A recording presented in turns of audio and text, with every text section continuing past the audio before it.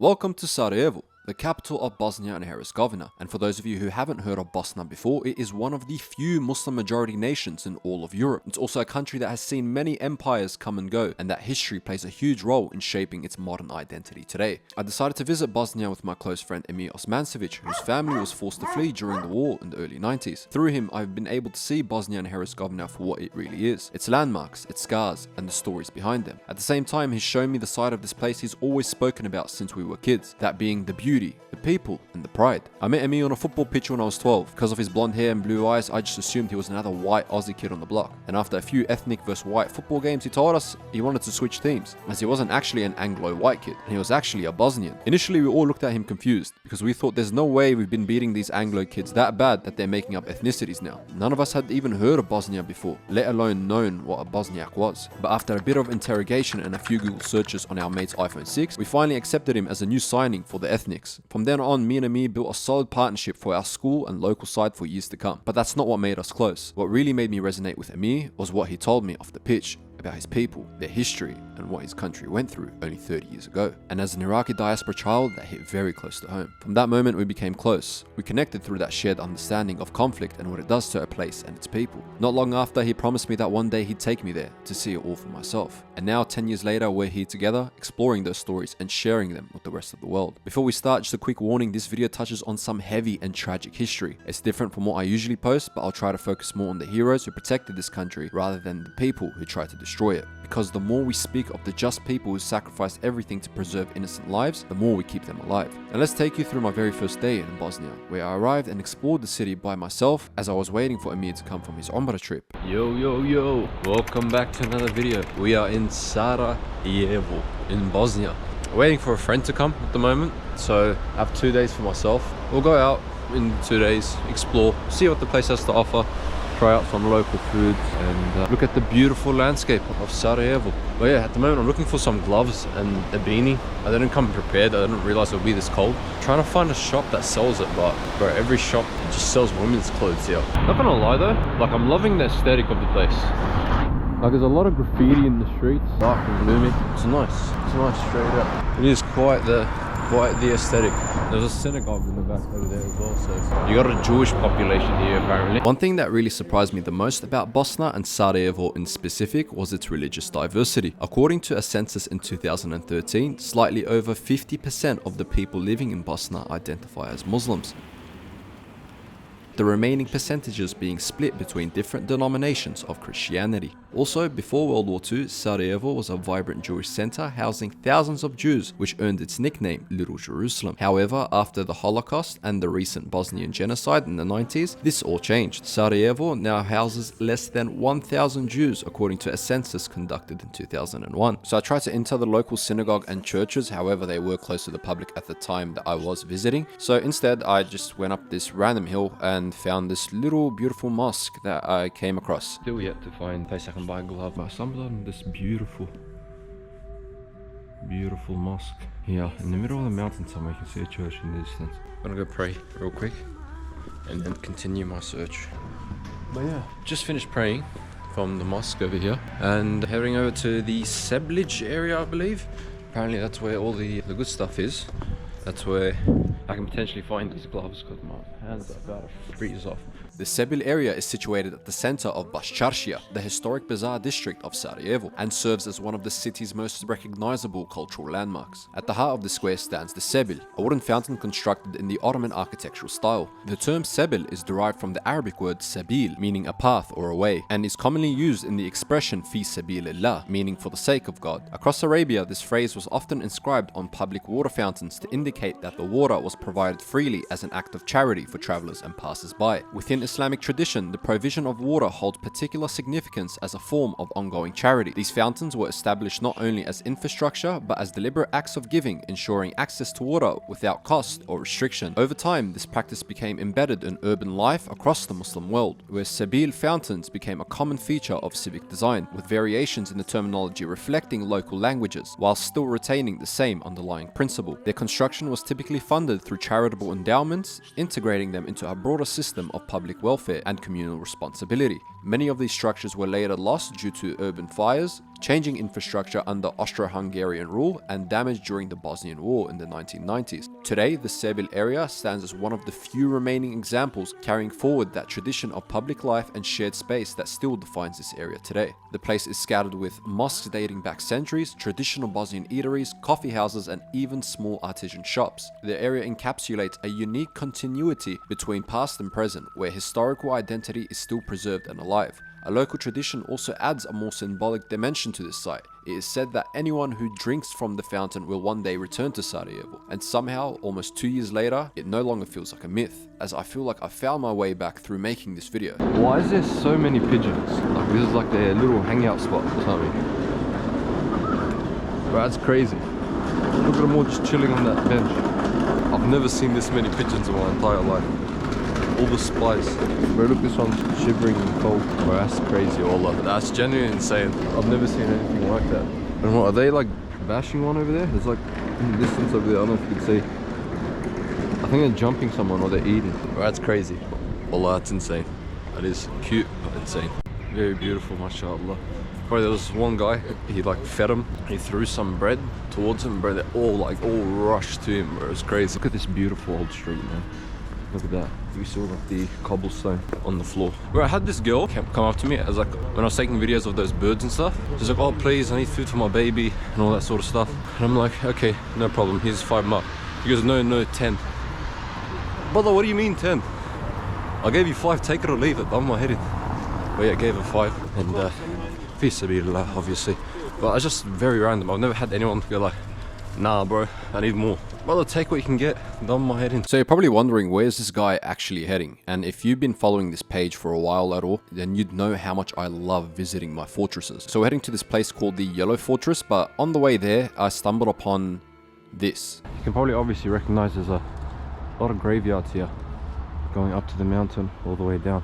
That's the people that were buried here, who died in the genocide from 1992 up till 1995, I believe. Yeah, they made like this little memorabilia area to remember what happened. Very, very sad. Tragic genocide that happened. At the time as well, the whole world was silent. You know, the Bosnians cried out for help, and a lot of crimes against humanity happened here, actually. And the UN, other organizations, all that, they were quiet. Kind of exactly what's happening today in Gaza, but the exact same thing happened to the Bosnians. The mass grave sites identified across Bosnia and Herzegovina, particularly in and around Sarajevo, form a central component of the physical legacy of the Bosnian genocide. These sites contain the remains of victims including unarmed civilians such as children and young men and women who were killed during organized campaigns of ethnic cleansing. The graveyards visible today were established following the war. During the conflict, victims were buried in concealed mass graves, often in remote or unmarked locations, as part of efforts to obscure evidence of the killings. These burial practices involve the deposition of large numbers of bodies in single sites without identification or recognition. In the post-war period, exhumation processes were undertaken to recover remains from these primary and secondary mass graves. The establishment of formal cemeteries and memorial graveyards allowed for the reburial of identified individuals, providing families with a recognized place of mourning and commemoration. The deliberate concealment of bodies during the conflict has resulted in a prolonged process of forensic investigation and identification that continues decades later. New mass grave sites are still being uncovered today, and efforts to identify victims remain ongoing, reflecting both the scale of the atrocities and the systematic nature of their concealment.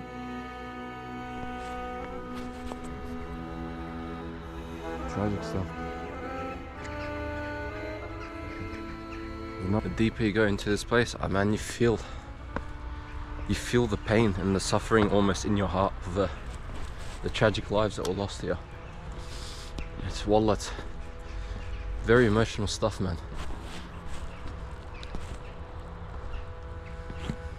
The number up there says 1,503. I'm assuming that's every individual that's planted here today, immortalized in history. Out of respect, I want to stop recording because, I don't know, I feel like it's kind of disrespectful. Just wanted to let you guys know the feeling walking through here, what sort of feeling you get in your heart. It's tragic stuff, man. I had a lot of friends who lost their uncles, fathers, brothers in this tragic genocide that happened here. Not even 30 years ago. Allah yarhamhum. Allah yarhamhum.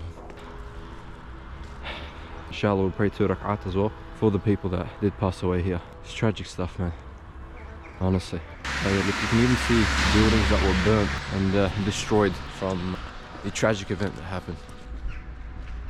But yeah, I'm gonna go up, further up inshallah, to see more of the top part of Sarajevo, of the city. But yeah, just a little segment there for the fallen people that did die and during the genocide. Then we'll see when we get up there. But yeah, it's very beautiful.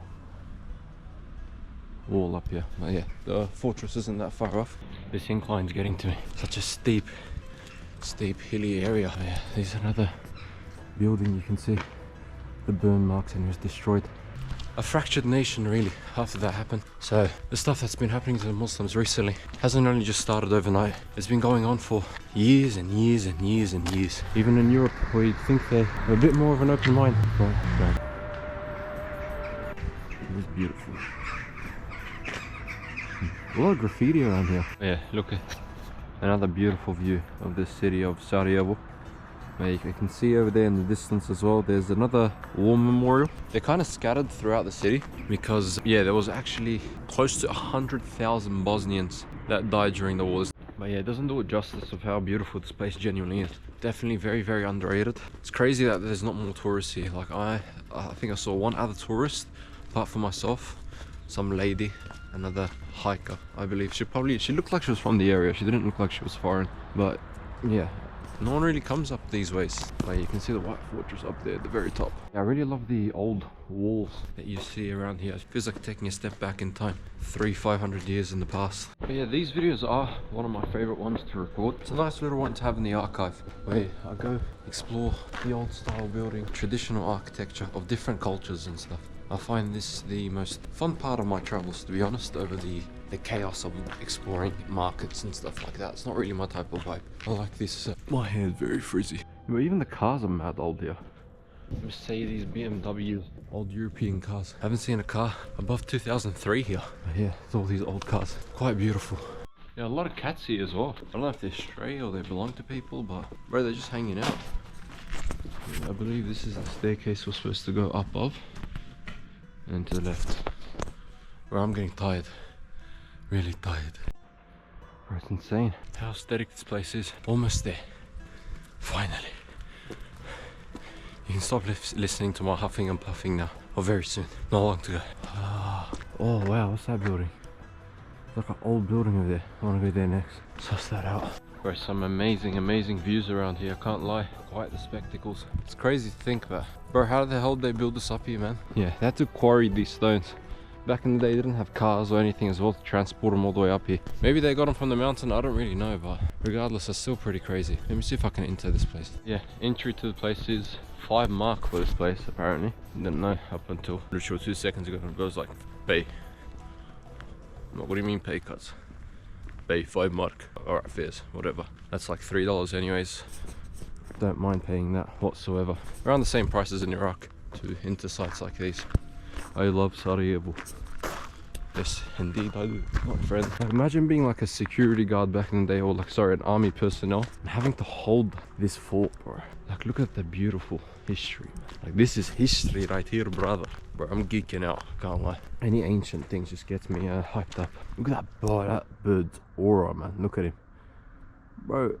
Bro is literally him. Although it's ruined, this part of the defensive fort is over 500 years old, which is quite crazy to think about. I'll finally raise my voice a little bit, because not in the residential area anymore.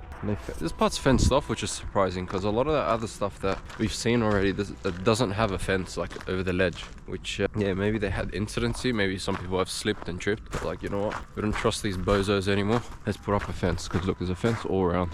This part's newly constructed, as you can see. Like, that top part is restored in comparison to the bottom part, which is the original old architecture. But yeah, this stuff is fairly new. Not sure when it was renovated from, but yeah, this is the old stuff right here. So yeah, if you see that old cobblestone looking thing, then that's old, new, old, restored. The beautiful Bosnian flag. There's no wind up here. I was hoping that I can get some wind so we can take a beautiful photo of the flag over the city landscape. But hey, it is what it is. Oh wow, look at this. Look at this, my friend.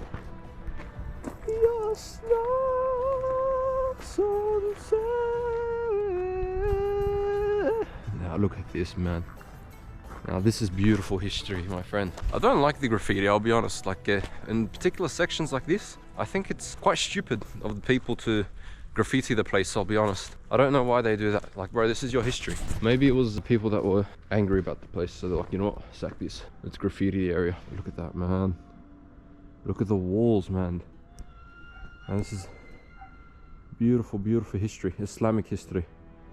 Muhammad and Muna. Muhammad and Mona. love heart. Why do you do that to Muhammad and Mona? Alright, let me try to jump. Oh, I'm probably gonna fail so hard. Bismillah. Oh, parkour, mate. But yeah, this beautiful, beautiful park. A lot of this is destroyed, which is the sad thing. So yeah, this was a lot more beautiful back in the day, but a lot of it in the 90s actually, I believe, was destroyed. Like you can see burn marks on the stones.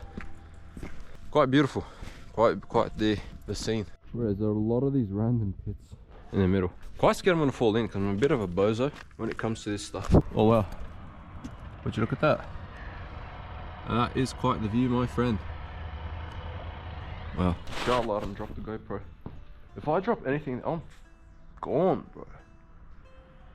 Like, there's no way of me getting that. Let me quickly get my shots and dip before I meet my fateful end. Oh, look at through here, man. Can I go there? I'm gonna go try to go around. Hopefully, I'll make such a nice view. Hold up, let me check if I can go there. But hey, beautiful, man. There's something about defensive fortresses that just speak to me. I don't know what it is, but I don't know, man. I love them. I love the vibe, the aesthetic. Hope I could get some few decent shots out of it, but yeah. It's crazy to think that this is the place that they used to defend Bosnia from for thousands of years. In the mountains, the beautiful mountains. But you can see a very, very beautiful view of the surrounding hills, the surrounding hill area. You can see some of the houses built into the mountains, which is kind of cool as well. Just jumped up on the cliff's edge. Very beautiful, man. You can really get a grasp of the beauty of the place. Oh yeah. Beautiful, my friend. Oh shit, after. Yeah, gotta be careful here, man.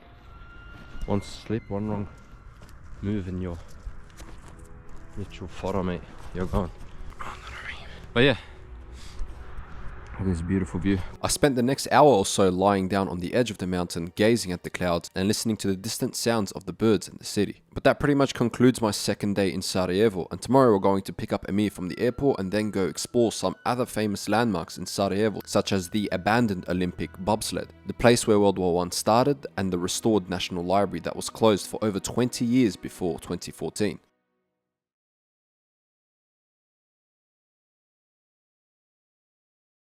Yo! Welcome back to another vlog. Bro, look how bad I faded this in. I was supposed to. He rushed me. He's like, oh, hurry up, hurry up, hurry up. Couldn't even get the fade in properly now. Saddest mofo. Very beautiful day. Look at the mountain. Inshallah we'll be on top of there in just a couple of hours. And there's like a nice cable cart you can take from the bottom all the way to the top. And you have to pay for it or no? Yeah, you gotta pay for it. Oh, say hello. And they overcharge the foreigners. Yeah, it's cheaper for the Bosnian citizens. I can speak. I'm half Bosnian now, anyway, so yeah, I'll just tell him. Voda, and then oh, this guy's Bosnian. I can't scare him. I'll take you off this one. But today is a bit more of a serious video.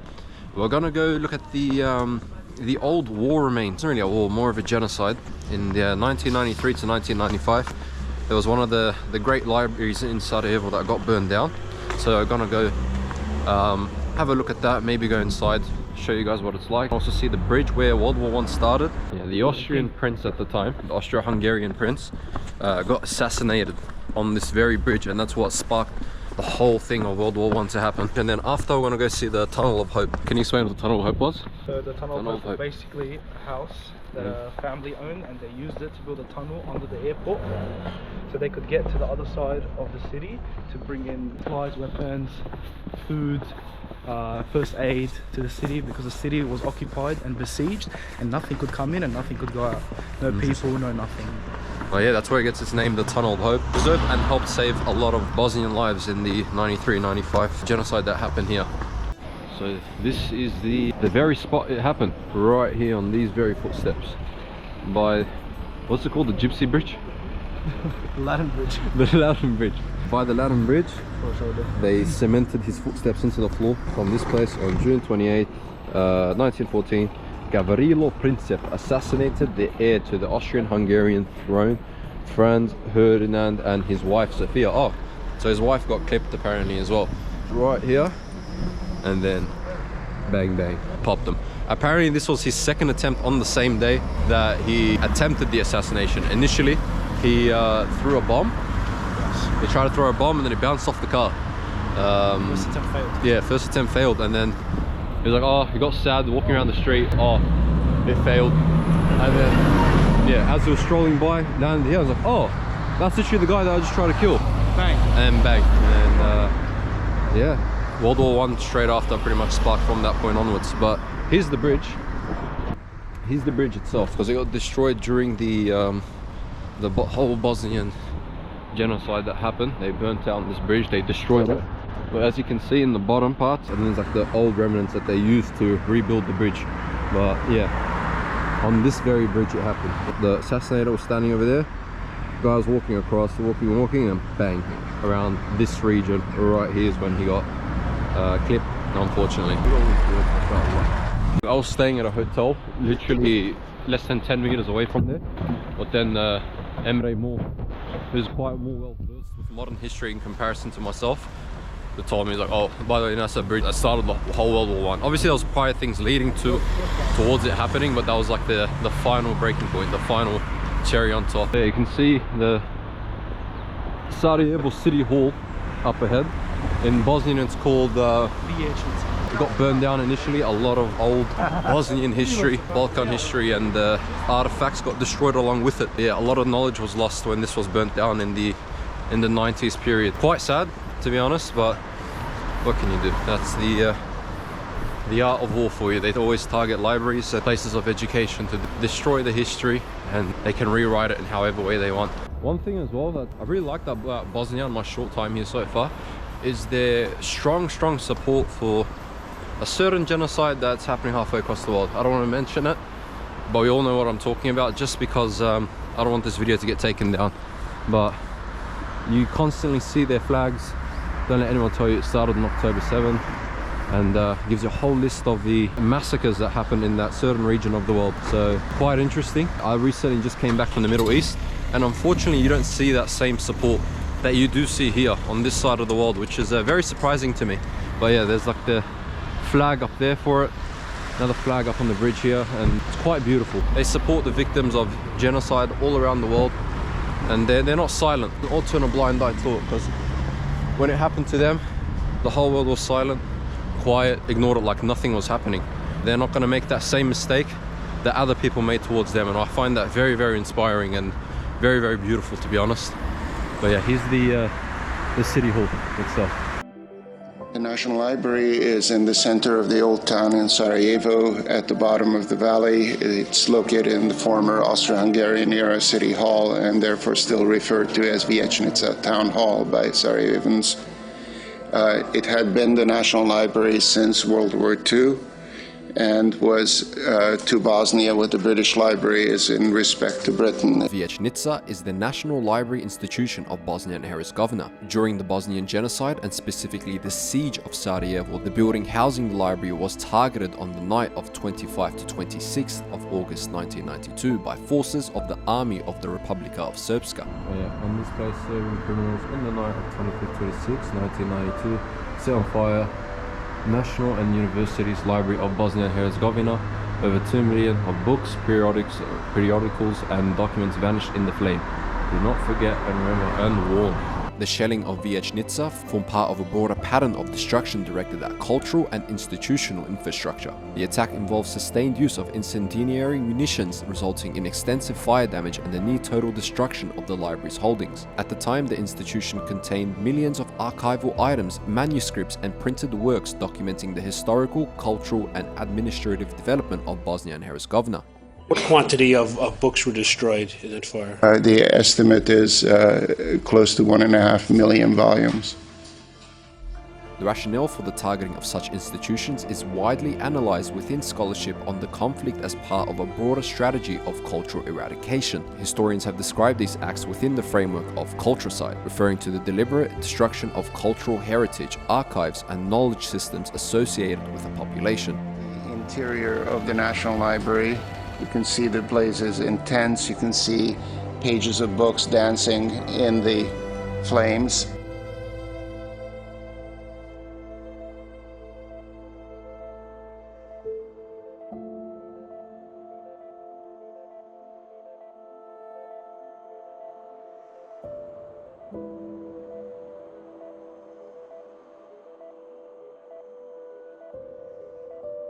In this context, the destruction of libraries and archives functions not only as physical devastation, but as an attempt to disrupt historical continuity and documentation of collective identity. The library institution itself was originally established in 1945 through legislative regulation within the Socialist Republic of Bosnia and Herzegovina. Its mandate was to collect, preserve, and provide access to materials relating to the cultural, scientific, and historical life of the people of Bosnia and Herzegovina, and to support the development of library systems across the Republic. Over time, it became a central repository of national memory, housing materials in multiple languages and reflecting the region's multi-ethnic composition.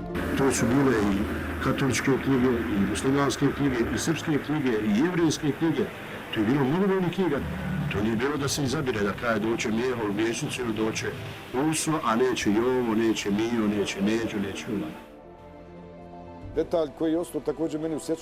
One thing that I still remember was a woman who lived right across the city hall. She was crying. I walked up to her and asked her why she was so sad. She told me, "A part of Sarajevo is burning, a part of me is burning," and that was a very difficult moment for me.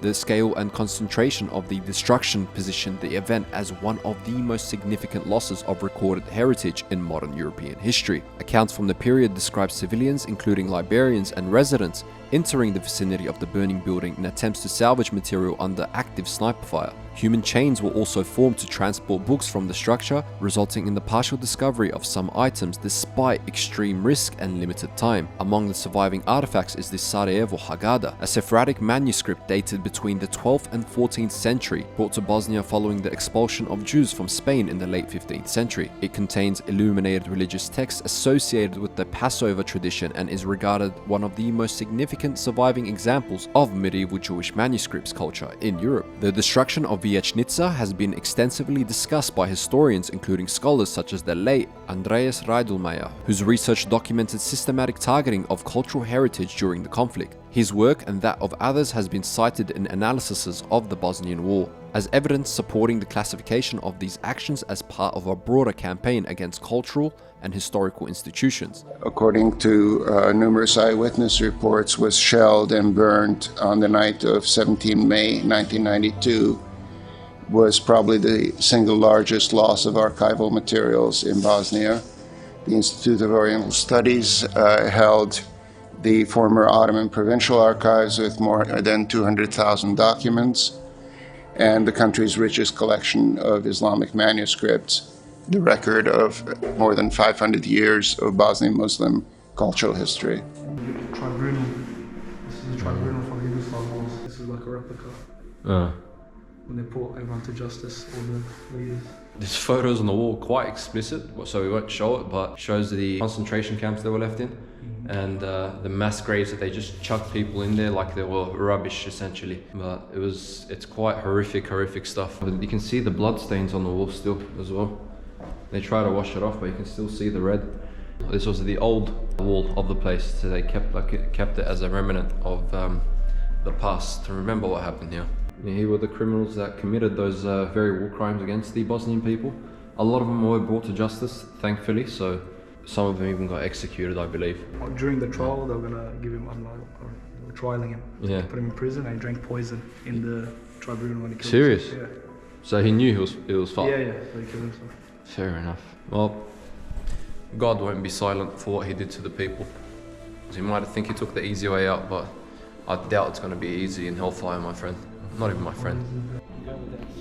Yeah, but a lot of you are probably thinking, oh, why do they hold this stuff here as a memory and stuff like that? Like, even though it leaves a very bad taste in their mouth and, or it's going to spread hatred or something like that. But no, the reason this is left here, it's so people don't forget of the atrocities that were committed, solidify it happen, not forget about it, and teach future generations to not make the same mistakes that those people on those very walls made.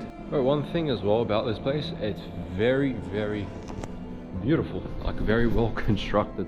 You know, on this channel we do have a very deep appreciation for architectural brilliance. And this place, to say the least, is just that. What do you think? Very nice. Yeah. Beautiful. First time in here. Beautiful. Yeah. Archduke Ferdinand and his wife, this is the very clothes they wore when they got assassinated by their killer. By a little memorial for him. Place has Donated by Japan. the Japanese peace bell. Does it ring? Ring it. Oh yeah, that's loud. Yeah, there's like a nice wall all about the history of Bosnia from the start to modern day.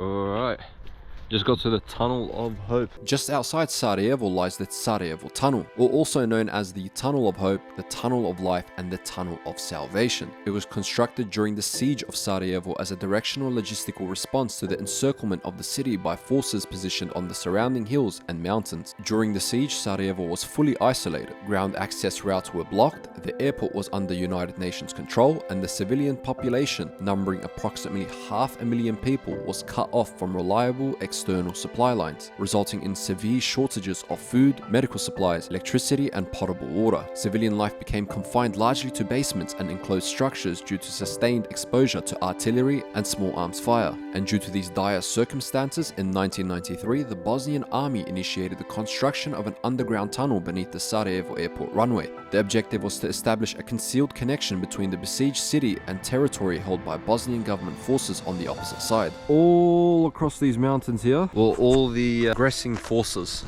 and anyone in the open field like we're standing in right now would essentially just get sniped and killed. The Sarajevo airport over there right now, that was occupied by the UN, so no Bosnian forces or no aggressing forces were allowed in there at all. The safe zone for the Bosnians was on the other side of the airport, but you still had Bosnians on this side of the terrain, so they'd obviously try to get over to the other side, which is where the safe zone is, but if they came out here they'd get sniped from the people up on the hills. The Tunnel of Hope was an underground tunnel that goes through the airport all the way to the other side, so they could get the medical supplies, get people over on the other side to safety, and weaponry, that sort of stuff. Here we go. So this is Sarajevo, right? Well, all of this, right? Yeah. So this is all this red.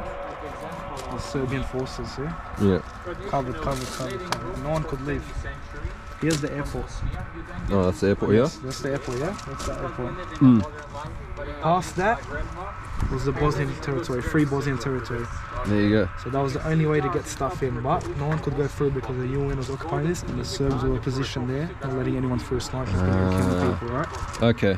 The free They knew Bosnian what they were doing. territory. They made this very difficult for people to come in, bring aid, bring water, bring food, so people basically starving and dying from Like an starvation. open air prison. Open air prison, pretty much. No one was allowed in, no one was allowed out. No food, no aid, nothing was coming in. So that's why this tunnel was built, to save the lives of the people in Sarajevo. The entrance on the Sarajevo side was constructed within a residential property in the Butmir neighborhood belonging to the Kolar family. The property of Bajro Kolar was incorporated into the project as the access point for the tunnel. This is a picture of the family that donated the house and saved thousands and thousands of lives. The Kolar family. The decision to allow the use of a private home for military and logistical purposes reflected the extent of civilian involvement in wartime infrastructure, and in due time construction commenced in secrecy beneath the house. The tunnel was excavated primarily by hand using basic tools such as shovels and pickaxes. Work was carried out in continuous shifts over a period of approximately 4 months. Excavation conditions were physically demanding, involving confined space, limited visibility, unstable soil, and frequent groundwater intrusion. Material was removed manually using wheelbarrows. Due to resource scarcity within the city, compensation for labor was often provided in the form of essential goods rather than currency, including cigarettes, which had become a de facto form of exchange during the siege economy. So the tunnel is actually here, but we'll go there in just a bit. We're gonna go inside the house. There's a whole wall remembering all the people that passed away from the war in Sarajevo. Yes, so here you got over 11,000 people killed. Close to 12,000 people killed, out of which 1,600 were children. Over 56,000 wounded. 326 shells on average fell in the city per day. On the siege for over 1,400 days. So like what, 3-4 years? There's some pieces of artillery on top as well. Remaining pieces of the weapons that were used against the people. Freeman. These are famous people who have visited the tunnel and wrote their name in the letter of appreciation here. So you got people like Morgan Freeman. That's literally it. I don't recognize anyone else. Orlando Bloom. Orlando, who the hell's that? You got some Kevin Spacey. famous people in the Balkans. Yeah, a bunch of famous, I'm assuming singers, songwriters, actors, that sort of stuff. All that type of stuff. Well, yeah, the boss man himself, Morgan Freeman. Yeah, you got the first president of Bosnia here. Apparently he went to jail. You say, why did he go to jail? Because he was fighting for the rights of Islam, wrote books about Islam. Yeah. And just at the time the Socialist Party didn't like that, so they sentenced him to jail. And then when the Yugoslav wars was about to happen, he got out, they got him out and dubbed him the president. They wanted him to be the president, to lead the nation through the war.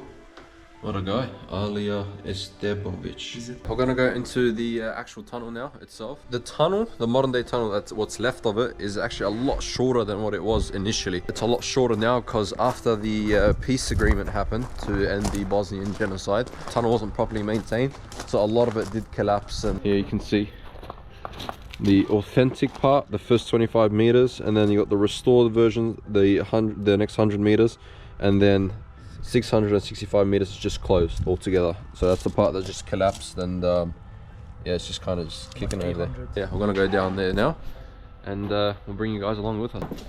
Okay. Emir's got his trusty helmet on. He reckons we'll bang our head on here.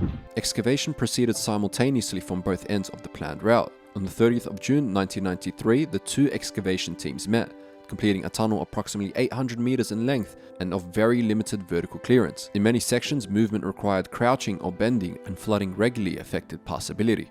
This is what it actually looks like, all muddy, very probably stank, you know, nothing. And look at the house, all blown up, shut up. That's how short it was. You can see there's a kid here, and he was slouching down as well. Despite its physical constraints, the tunnel became a critical supply corridor for Sarajevo. It enabled the transfer of humanitarian aid, food, and medical supplies into the city under conditions of blockade. It also facilitated the movement of people, including the evacuation of civilians. In addition, it was used for the covert transport of military supplies in defiance of the international arms embargo imposed on the region. Estimates suggest that large volumes of supplies and tens of thousands of individuals passed through the tunnel during the course of the war, making it one of the most significant logistical lifelines of the siege period. The Sarajevo tunnel remains a material record of wartime adaptation under conditions of encirclement. Its historical significance lies not in its scale or engineering complexity, but in its function as a sustained civilian and military lifeline within a besieged urban environment. The carts that were used to push supplies all the way across down there. Who are these individuals? These guys would have been, I'm pretty sure, the ones that helped build this tunnel, everyone that was involved. There you go. Yeah. Dusan Kostanovic. Interesting. So see, now it looks pretty nice, but before it wouldn't have looked like this. Look at this nice floorboard, nice walls. Before this would have been all mud, water dripping, the floors would have been all muddy, flooded, you know, it probably stinks bad, you know. I probably shouldn't have giggled there. I'll cut it out. You know, What does this say? Visoki napon pozor. Yeah. Opasano po život. Did I say correct? Yes, you did. Actually? So just watch out pretty much. Oh, watch out for here. This is the tunnel. It's a bit dark, hence why I'm not recording, but Yeah, if just for comparison for anyone that's slightly taller than 6 foot, bang, bang. But yeah, apparently this was a lot steeper, so it was only room for the cart to go, and that's it, eh? Yeah, so like it would be half the size essentially. So like, imagine it like that, crouching down, and then yeah, when they restored it, they made it larger so people can walk through. But yeah, it wasn't even like this initially. So imagine walking down like that, constantly back and forth all day, every day, bringing medical supplies, people, and yeah, back and forth. Under that, they were crouching down for kilometers, walking every single day. Imagine that. This is what saved Sarajevo. Well, yeah, this is what, like you said, this is what saved Sarajevo. Saved the thousands and thousands of Bosnian people, the Kolar family. So yeah, God bless him. And oh, hit my head. Yes, put that in the video. Oh, I told you you were here. Bro, how am I supposed to know? I told you. I got too focused onto the video and then I forgot that. This place. Damn. Yeah, so make sure you're crouching down, or you're gonna get clipped, mate. Used to stem a lot deeper into the tunnel. Yes. But all collapsed after the peace agreement. Yeah. Nasser Ajad, you won't struggle, so you can come here freely, mate. Definitely quite an experience for sure. I'd 100% people to recommend. There's a special feeling here, like you get the special feeling of hope. I don't know if you felt the same thing, like I get where the name comes from now, the whole tunnel of hope. Yeah, a beautiful tap for Baraka, for the Kolar family. Here you go.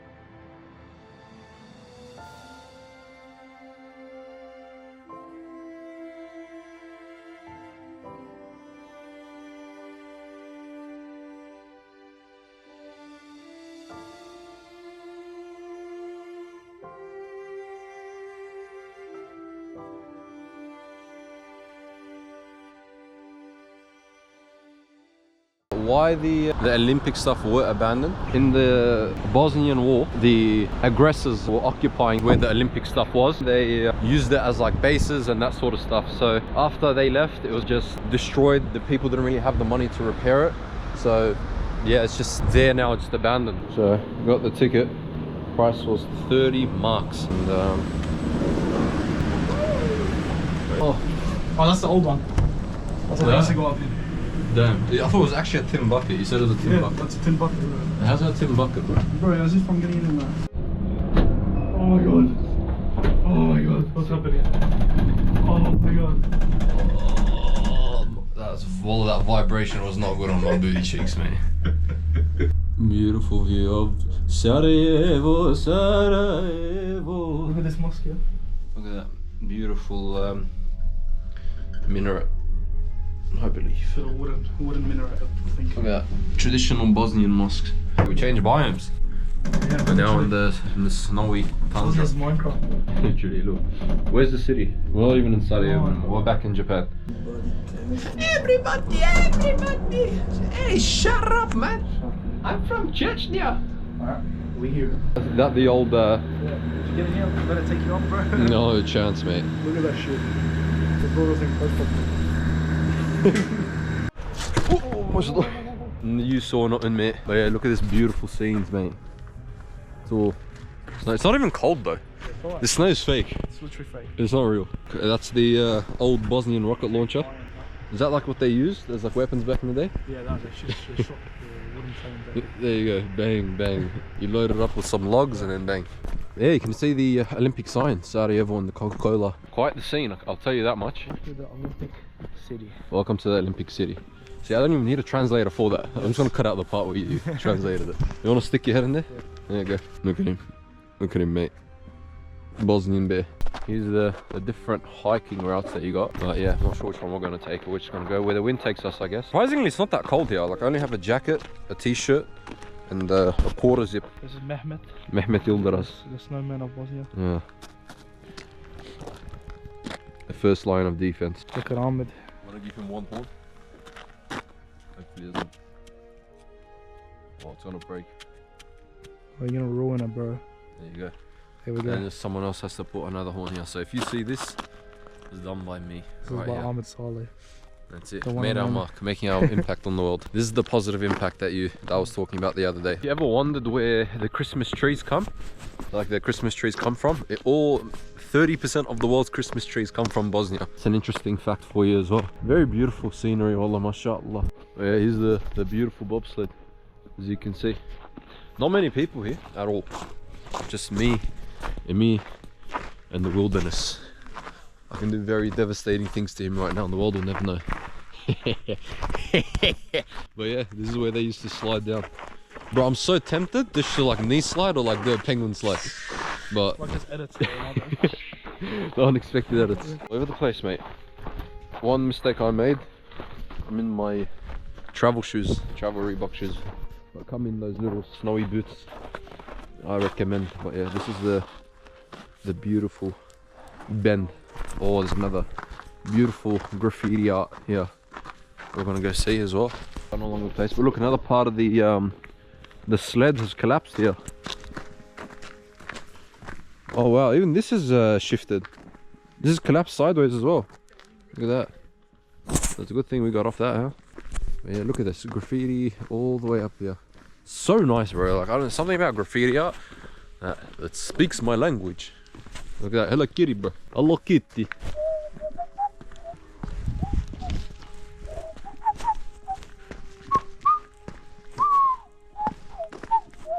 Apparently there's bears and like foxes and stuff here. Sorry, wolves. So yeah, we better get down before nightfall. This channel's turning into like a exploring abandoned places thing. Like every second video is like, oh, exploring this abandoned area, this abandoned area. But yeah, I'm not even doing it on purpose, but maybe that's my calling.